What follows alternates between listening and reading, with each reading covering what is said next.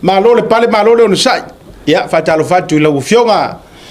vui tu lo tu to fe mai tu tupu mai si swafa te tele o lo pale la ufionga malo se fo mawa ya eva pe fo no fo lo fa fe lo tu la to fa le vai malaya Asiata eva pe fo ile sunga ile ya taua ya elenga te leo le fa fo mawa ta tu tunu lo ta po yo tu faiva ya wal tu ino lo ta tu tunu malo fa tai sa mata fo ile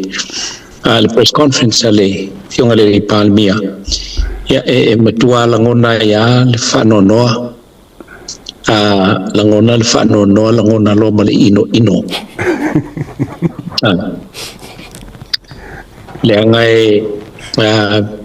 ye tailo yai ole vaenga le nei wa bo tautala so opea i le vaenga le nei kaila le ngo falongo aku i skamale a mai le o falongo aku nganga mai ang kiuke le on more press secretary o le falongo le mela ngalo le press secretary o langa kiuke malanga makafai oi e alu i le Palemia ku inga mai le Palemia maka upu o ngaonga o le afia saungo ai wale ku malaka poi ai fakarkalia o le kiukela o le press secretary o langa au mai loa maka upu ia fia saungo ai ma fia momoli ile ku u malaka poinga o le kiukela o le press secretary o le avele memo o le press release a ngai ile au kuskala o le kaimi malangofuanga male asole o le afakingo il fa mo ngai nga ua yake o kou maka upu kai kasi o le asa ngo iai ma o fia faalia le fionga le Palemia ku elo i lalo man faupunga pau fo ia o vaenga im faingo ko fesili iai ile ku kala loinga ka ko press conference ia mangingo malama le mele o le press conference ale Palemia o Samoa ai le maka upu ka kuskala la vai e fia fisilingia ai le Palemia mela ngai wikua anga inga ku il fai ko le fionga le Palemia mau songa vangoa fa sanga ila o mal Palemia ele au mai ila la ko la pisi malanga ngo sama me umalanga o le kele o fisilio le so it's all garbage honest to God all garbage la ua ku ia maa ua maa ia au le na o kakia ia maka upu ke kele o nga sau mo ai le Palemia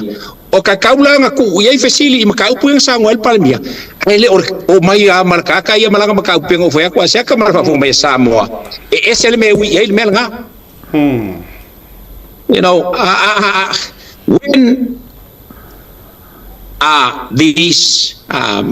journalists as they call themselves, when are they going to become smart writers, become smart reporters, become smart investigative reporters? 2008 nga foi nga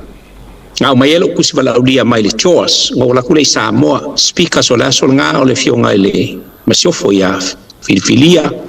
taimi o abea ia le fionga ia msanga to vaenga ano kam ko ngale nga ukalango ai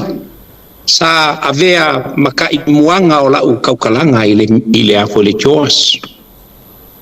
kol mele kupu wanga reporter sa makuskala but they don't have investigative reporters fa felanga malama pe afai o ila elwela kakala ko wi ku official lemingska a le press conference lava la ko you know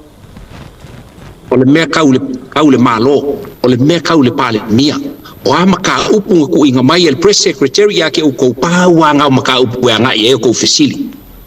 because it's not your press conference, it is the Prime Minister's press conference. Maka upu mai ya onga maka upu kalango yai maka upu kai kasi male lapisi le ngala waku man, you know, it's either shape up or ship out. Wal mai mau e fol kai mil Palemia nga falon fa tai lau fionga vui o leu ba fa mani no le si vai ngam ta wo le o le no fo fa mau lalo issues ya sa no ye Palemia o tupe fo ie la ua toe pasia ka peneta e toe soasoani ai mo tatou ngase ave i fafo 2 milionga 2 milionga o keipos fo ia lea ua tatou toe ngalulu e whaatasi ai ma Amerika Samoa tūlanga o le whaalelei o le internet o komiti o le sisi ngā fua ma tūlanga e talaina o toe whaafo i mai tatou kirikiti manai o vahenga ia sa ngo ia ile Palemia ai la ko fesili ko kiki a fesili maka upu ele ma se mea nga ka ua mai a ofesili lava nei ofesili pea lava pea le la pe sa no ia le fionga ia buile atu fesili pa social media ia le wa umana ma so ta ile fionga ia li o fa tau malama ele se le fa pe nga ile o fa ma vai bui ya ai mai sele o isi vai nga le to ofesili e o fo ile vai nga fo ile ai fa ya onga matulanga fa pena pe wa sa pa sui solo le fa nga ai wa ku me nga sa ngo ma ile a fionga de Palemia pe ele ni so nga na fa ya mena pe ke o vai nga ia pe no ta wa Asiata ma le atawa e foli lunga o le press secretary tolonga winga o ke leilo ai le press secretary pe nga iai se ka pe nga ave ile media pe nga onga ka wa ile media o le press secretary le mele la fa il Palemia ya wenga mangingo pe ang ko fa mangingo ako o le press secretary el Palemia pa wai o me o le ofisa ngo ile Palemia a wale ku ele kamia ko ngi me fo ngi me ele curioso ko ngi me aba ku fa malama e ola la ko study email o vai le manga yo le me o manga o study su e vaenga ngai au wale o le me ku ifisili e la ko ka upule o ava ko Palemia ya le mela ngai soli o kele la ko wa fisili nga ku malako e manga ya la ko sa ngo mai o le li Palemia o ule ke ia ku le mele o ko o mai o ule ke ia ku le mele ko ke o mai o kele o mala mai ele fai mai ya pai mala fai you know wa foi langa ele o se mele o le fai ele press conference e pe nga foi aku ai aka kala mai ngai mai ka mala mai lo la ko ka mai malo la ko pokola ai ya fai nga fai bo manga o fai la ko fai lo ngai meio o le media if o launga o inga ke fa kingo mai nga o inga lo ai le mal ka o fa spe pale ngai maua ai a fai e ke sapi lunga langa o esa fai lo nga le malo fai lo nga le ai sa u me ke sa o mai nga pe o me foi le la o mai lunga social media e la o mai fa longo kala e lo la ile o le ale o le se press conference me ai pe o se nga kala le la o mai fai ia ile nga fa lo asia kama ole freedom ole media Samoa le wa mata le fu wa au mai ma share solo mai fa mai wa matu tau mia ia nana fa fonga sa no nga le fionga de Palemia kasi ya ngus pe pale na ona ole faitala se ma faitala se ale pe wa ale no fo le George e ia se nga luenga le George le na pito i lumalangi o yo le president le George e ia la tu nga luenga tau fai ele observe tu sai o le faku kala ma le fai kala le sa o le fa fitu ona fa sa o le nei masina Asiata mal fa fonga mai o le tatu tunu ma le uso ia le ata o vai ane ia le sua fa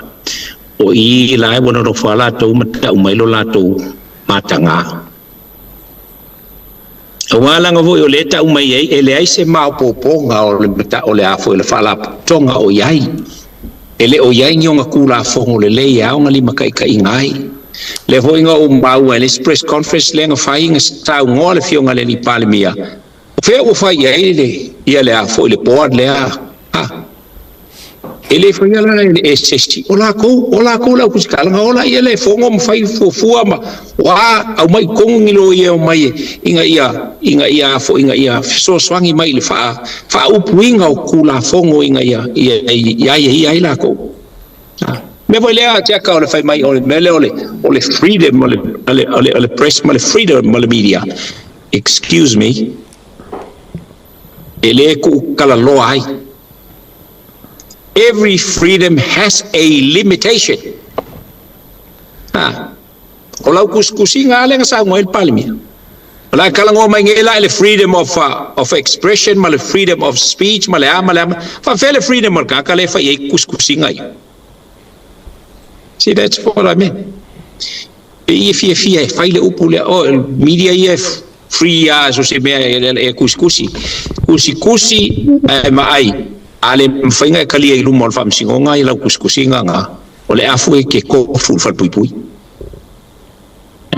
elenga ko full fal pui ko mulmuli ya ku oe ya male clay mal ka kale fa ale nga inga nga ia ilunga kuskusi nga va penge olunga winga uma ko inga fale ku ko wa inga nga suakia ilunga ko kongi ela wang sala le ke so nga kusile ma fa me ela nga falo so popo Godfather o ke kwa pa sa wa bu o le no plani si ka pa ku fa ku kala le mo sa mo e bui or ka ko inga hoile inga ye ka le ka ko ku skala e mangi foi wa o la ko e fa mo ike mo se mea iba e fai ngofie o ka konga ru fakasi ele fai ka konga ru fakasi pa fa pe e sapa me la ko ai ka fa sa ka ko le mao ole mao ka ko ale ka fai e ka purkuria ko de sa o mai ala ko la ngofo ka fore ka ko fa nga malo fa tai no fa pe voi ma fa soi te mo fa no mali atawa no fa pe fa any facility current issues pe fa pe nge foi la o sala ese mai ma me na sa no ile fionga le di Palemia ya ai sa ka fai foi se facility ia wa nga sa ngol Palemia isi tam fa na le na malanga mai ta tonga ai ima ko fai fa kusikala ia langa la wangi nga mai o fai fa kusikala ia counter lo le ia tulanga le po ai matulanga mantu o tatu wa fa ivana isu le issue le au mai ai afa pe fo wale ya fe me nga sa ngol Palemia I mean ole ye me ole feto au matule fa nga palo tale kapisa solo mai ye fa nga fa ko singa fa tu voye le ya ma se si o tau save wa ai se fa fesili le na o se mata o puina te te le lava so wa sale me wo ye uma ya ma fa ngali ona inisio ona inisi o tusitala ele afia fuale to tele male lautele ai sa yele manatu le la na tau umi na ma fa au pe le fa tala no nga mal fionga Palemia se kausu e pe se fesili ya kupe o no ta pena se su po se tangi e tu sa yo nei mata upu vui so finga e moni am fa ma oni Asiata le sa mata tua foi fa longo to ai ya e pe o vai pe ano fa tu ele ve se foi la fam talanga le nei o le o fa nga el vai nga le ia press conference al Palemia e fai a quella con fesili ele ia la con fesili pa te pengo fai aku fa mole o le press conference al Palemia o maka upu ai sa ngo el Palemia o ingako ke alu uma e ko fesili ai le va pe ese la au mai pa lo mobi ke ka uma ye ya uko makual ko le ke ha ifo fuanga le al malo la fai au mai ili poki el Palemia mo ka uma ngile le ka penga ka la wa fia ku le Palemia fai la press conference ma me uma la ai pengo vai ele o se me ka taule ya la sa o mai Palemia vai nga pele o lai ko kongu ale se maka upu ka fa mal o e o ka ka lo le nga e fesi toli ai se me ya fo ye esa we fesili ai ka kia pe amo va o ku ma ya aula mi o le so ma o faiso o so le la fa mo i fa ye la ko kuskusi ai o lo la kuskusi sen kuskusi awa foi langa lele fesili ai maka upu nga ia nga mai el Palemia o maka upu awale le ya lumo le ku e ka ulanga nga fesili ai i pe yengi vai nga ka unga ku ko fesili vai kai mi le fesili ai o nge foi le si kai o umia wa au mai fo isi maka pu fo Palemia ale po ko aku yo so ku alu inga ku lo fo yo ka ka ia lai au mai lai fi mai ngala ko ya ku lo la le o ya inga ka ku lo la ia vai bai o sa ka ngai fesili le mele fa pe o le menga no ka wi lo ya o asia pe o le o aku va enga le e o aku ma fesili ai ngalo ya la ko ha excuse me ele o se mele au ko no se mal malama ia le nga luenga ele o sau ko mele nga fai ngai ole por kalama le nga fai ngai ole release ale li Palemia awale akungu la bala au ko because o ko ke molian maka upu ngai ile akungu e kaulang fisiri kongwa ia maka upu ale anga le ku masalo anga fa pe ku mai sa o yele le press conference ale Palemia ai fa ku e fisiri le ku masalo ai wo makwai ngo press conference al mele soli wa Aisea mele sa ngo e Palemia Aisea mele o ko fisiri lang fa fisiri ya lang pe inga nga spa mai se singo mai la yele fa mai ya aba ko press conference ka wi kanga fa ku la fa makalanga ele ai ma se fe awa se sa we songa au mai fisiri ko ngol mele o le press conference al Palemia nga maka upu kawile malo e faali aku ya ke uko ko le kusi e fa uko le fa ko fa so ngai ba ngai ele ngang fa lo na second tired of me ga ko le ko fio fa mai ila u membership of fa pe le ma fo ngal ko kongi ai ai te sila fia la u vioga vui va tu sua tu ne me fa era ko kanga le ala ilo la ki sa boa you know ele me se va pe mai ka ko fongo le you know e se ma fu anga ya la yo la ofisilia le wala nga tasi le tanga tawa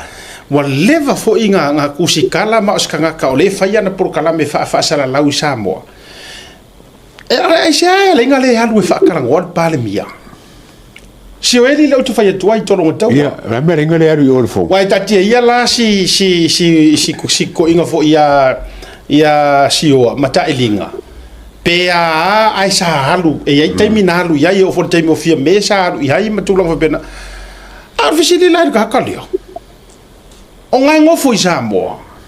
Aisea isa ma fo ka bu wala ngole fisili to no le fo yo tele au termo la o le te fio isamo ele Aisea ole mo fa ia o ye se pa wa ki le va ta malea male fionga le Palemia wole ya wai lai fatala no le Palemia isamo i meo isi mau me yanga ke le alu fa o so ma yesko inga te o le tuangai a ona fo ye isamo le Palemia ka kaulanga lu fa fisili ia kala so lo ngona lo va fanga tu no malo lu sa se lu Asiata e ala no fa pena tanga tel na tu lo wa e ko ngo fa im ko ai lo ngake e Palaa'Ai ai ole penga fa ko e sa leal de bele ke lu fa mai ola ngo foi samo la mele fa palengi nga me ole alu fisili sa wa Palemia kali mal Palemia kulanga fa malo ai awale o fa ia la muy nga ma kuila e ko menga la fai mo muala ya ole pengo fa yaku e Palaa'Ai lua ya on kwa fa val ai ngakele pe ai o poko la me la fai no he's not al muka fa valea ele leilo la kwa ke nga mai oi ai sa rola ia le ia ai a fa ke sa wo ke le halwa ia ia ma le si rola nga o fi kama mafa ya kama mafa fi kama au ku fi kama pe nga e sei kama ki ele e lo pole arco nga ia malesi me avole le ia la va pe ia nga o ele wa ai o ios esa wele e a foi café mai ele le ala o nga i fakingongolang luenga ka ko vai la e mo ka fa valvale pa fa foi nga ngai fa e alwe e apo ka foi kinga nga i lo ese apo lang la café mai ele e swa su mal meli ka mau ai ngai malang manga me lai fai ele nga fa lo Asiata Ia ke awaia to be fair o le fo mo ku sa nga vui to be fair e ka foi ia la ko le e fo ngel press conference ku le pa o nga press conference Palemia le nalo to vai foi le foi press conference Palemia e ka ngo o press conference ku le pa nga ia fa Palemia la ko kuskusinga mo la ko finga wa ver foi nga pe foi nga se fa ku au foi le o le au le ku le pa o le au le a foi o le winga na lo te fisili ai leanga o lai Samoa le ia tau ana tai Samoa ka ke o mai me o ma le ai ka ke o ya ku le pata jo ma o fiu fo ia vatu le va no mo fo ko e sau ngor ka po kalame e oi o le foi na te tala le va no mo ele matele anga fiso kai mai foi sesi e wo ka mi ngor ka po kalame man to foi vuile na fo le tatou taru sanga i Samoa ele ai ele o fa pa kwa o ia foi ngor tau te ia ela tou ai ia te so se fainga malo lava ale lalo langi e kasi ale main press conference piko i ka ua e leo se press conference as opposition e o mai le mea lai ai le fainga malo whether you like it or not vai a Australia o ia America o akuli faafia ma fai kala faafia ia Donald Trump i le CNN o lai wa CNN e o atu war CNN ele personal fo ile e o makua kaunga fia ai nga o CNN e o le mea lai fai ia ai a filia ia kai ele fia kali ai then ole ia ka kaulunga ala mena le no fa fisili ole tele io me ye fai ele uso fa sala laule nga ai le ai o se kasi fo se ia lu la fa tala no al Palemia o le nai i Samoa le fa ia tu le tala le ia fa tai le usa no manino ia le fionga ia vui ia o te lo le si tali sili ona pito sili ona sa o le fa ba tala ina e musu e altea e musu ne te u poto kuloa ora karisa o au na lo utal sa o vui ma o fo ila u luas fulu senge ku ko nga melia e muso se o so nge ke wala ku poko sa te wala watu wata mai sa wala ku lo fa mangingo e Palemia e nga ke la ngonga la ngor kama fo i oi la ia ilo ngaro e fa pe nga ilisi tangata i oi o la fo nga ke mala e muso wa ora kai mia lo fa sanga i mala audi ora kai mi fo nga papa ki so nga isi uso e pe ia ka foi le wakaria Yesu io e matua io o ye baptizo nga ina e fa sa o ai loa mea ye tau mo fai io la le fa nga mai ye e tu la pa voi so fira ai o le tau le na o le me o le a fo o le ai e eyewitness ia le fa moe ma fa matalanga o tala sape le inga ofisili ai la ku lau recorder i luma le li Palemia ia inga ia ma kingoa la sa e present ma ia inga ia e avea ia le kalsao ile tunu kalsao le ai ba kwala ke le ofisili ia ai also mai se afo se ki apolo i kongo o le li pokinga ai ilo ele kunga me al mesini nga leanga pe yo le wa vai kungi o la le media o le wa vai ai i ma le media ele ka kaunga vai lua le media o le media ia e kau ka kala so le upule fa mai e fa ia ma ko le ia le afo ia kulanga o au nganga al malo fa ia ma ko ai soli ia fa la fa pengang fai e fa longa winga a ole si vai nga pe u fai al vai nga ku le pa ia a fai al vai nga fi ala ko ile fionga le li Palemia mal fai nga malo on va fela la on fa ia o ko le e vai luinga o ko o le kangaka ku sikala mao ia pe ke ala ku ai fa u mai ia ke oe e ke alua ia e ke alu ia ngai ka faisa ofisili kasi ia ma at least o la si la mai le li Palemia o la ka e sa fa ia ole in the press conference o ka ua o lo wa manga ia inga o le vala au mai ar kai o le ku fa fela nga ia lu a fa nge ia well will be over everybody's dead body. Tava i lela koe foi mai kuila e pa koe faile. Koe sau koe kai ile ku. You know, o pauranga, nunga winga lai, o lai le koe alu lai i press i faia kalangwanga malei kuanga, i le lai alu fai. Fela al fai ngā malo e sao iawe. Papenga e vela nga ilo ele ku le sao me ke faia pe a fai e ke fai ku awa o me o. E o foi lai le vai nga le o i le fionga le li Palemia. You know, se o fesili i maka upu lai au mai ele malo. E maka upu lai au mai ele malo. Leanga o le la seia o le whainga malo, because so la kula lai whaasoa al mangui o sama. E le whaasoa i. A pāle whai le, ia e koa la, e ko ke koa la, pe ako woko whai aku i lepa. O leanga o kilo lei il saunga le li Palemia, ma o vavai ai o kilo i wha maunga me umarau sunga. Se peia o ele ke pepelo a o lai saoa me lai o merman. Can you do that? Of course I can, langa o lau kalanga whai astui. Muli maua, lai muli mau lise ma fia me lau kalanga. Lai muli mau leo wha longo ma lau kalanga. You know, whai sawa eskoi. Ya se wha e pepelo kele. Ya kali e leo. You know, le winga ram kalanga se ua fia koa le akungu. A o kou isi kanga kali e leo mwhainga koa le akungu. Wale mwhainga o kou a vere sao. A o kou ave hae o kou le mea lai kou ki kalikongu iai male kou e muli iai ua o pei o le mele o iai ua faiso ia e sawa ia langa e faifo iso o Yesu a o so o sa kangi la kou ia nga wha alo waku wha fonga mai asa Malo whaftai voi tātou o inisio tātou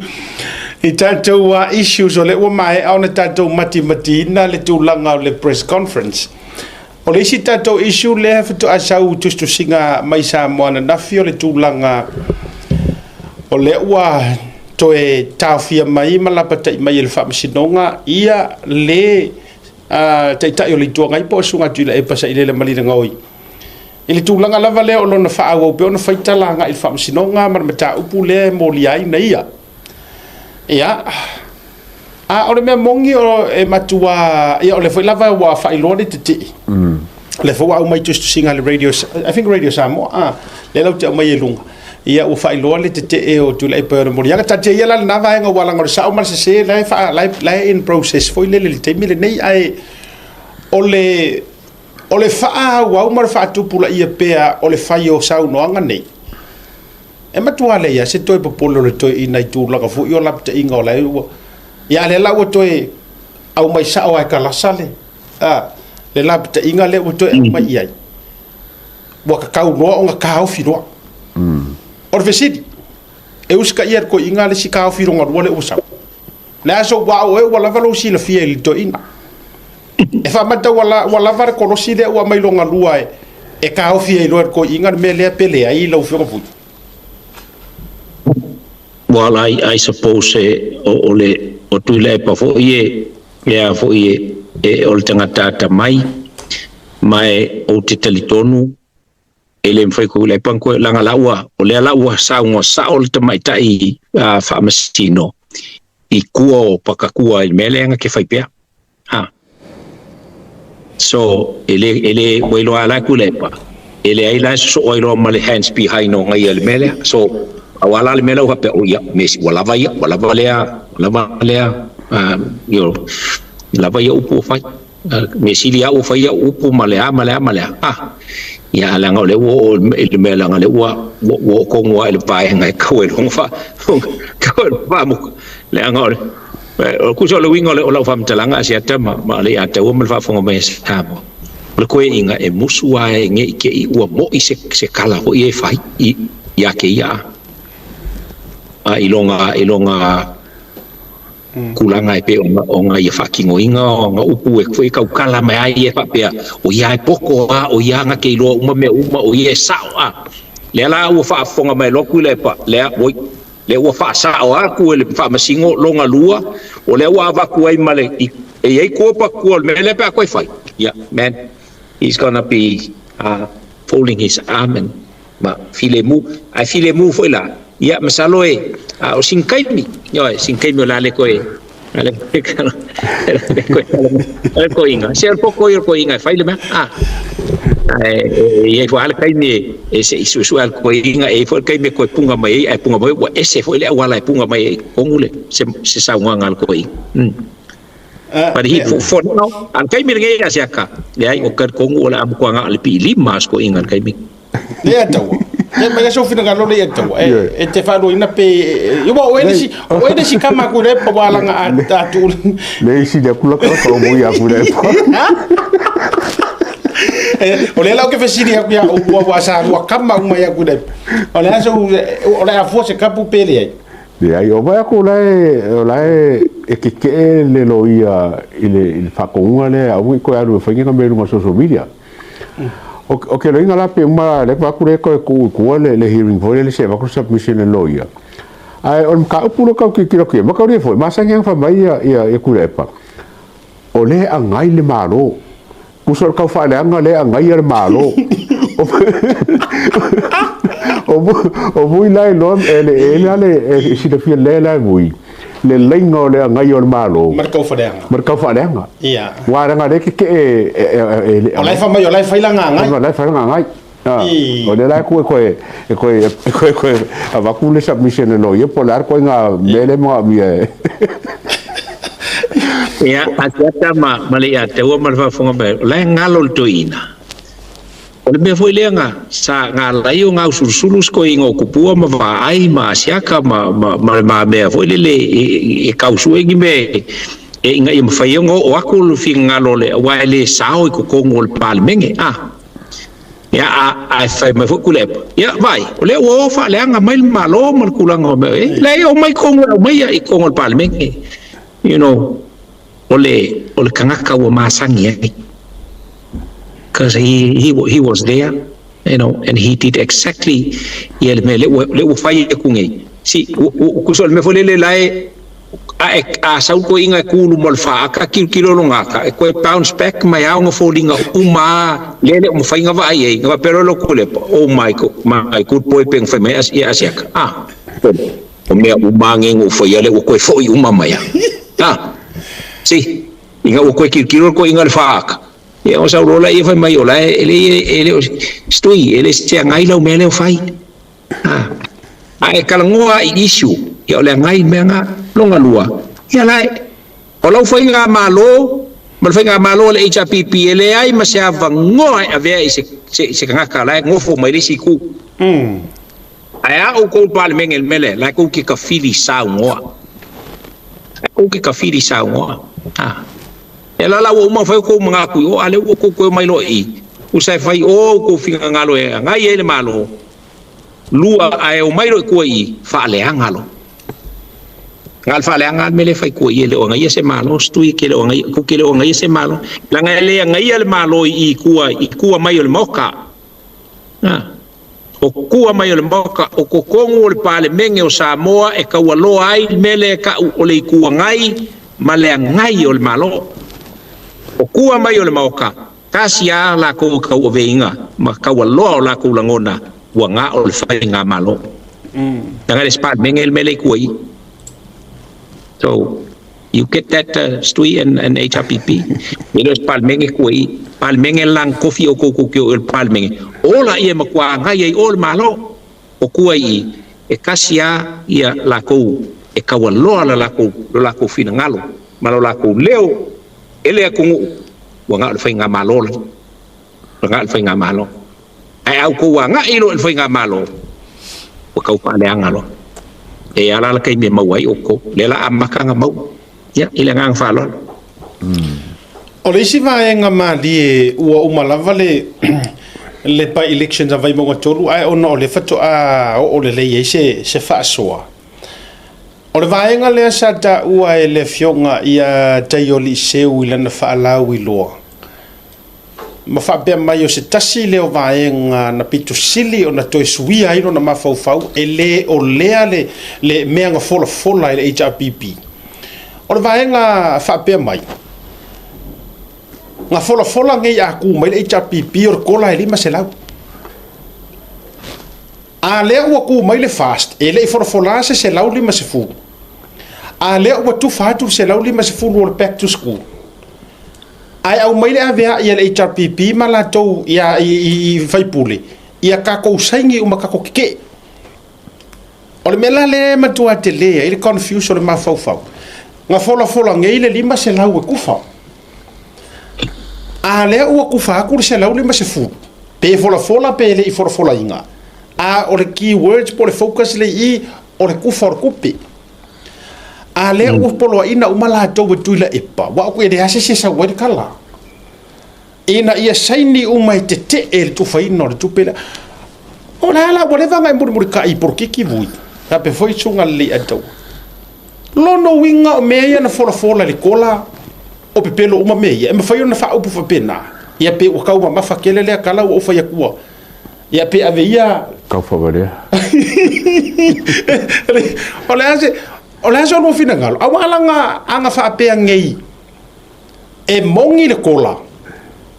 e pe yo le o foi le no fasi keke ya la ko ku fanga o se la mas futu wa fa pe mai se fa a ko mai lo la le lima se la ku fa mai nga ka mai se la al mele na e te ta ofi o ngai o mai wala mai mau ku pe ale ku ya mata mai so vira ngalo vuyo na mai le sunga le ato ya ole pumonia Asiata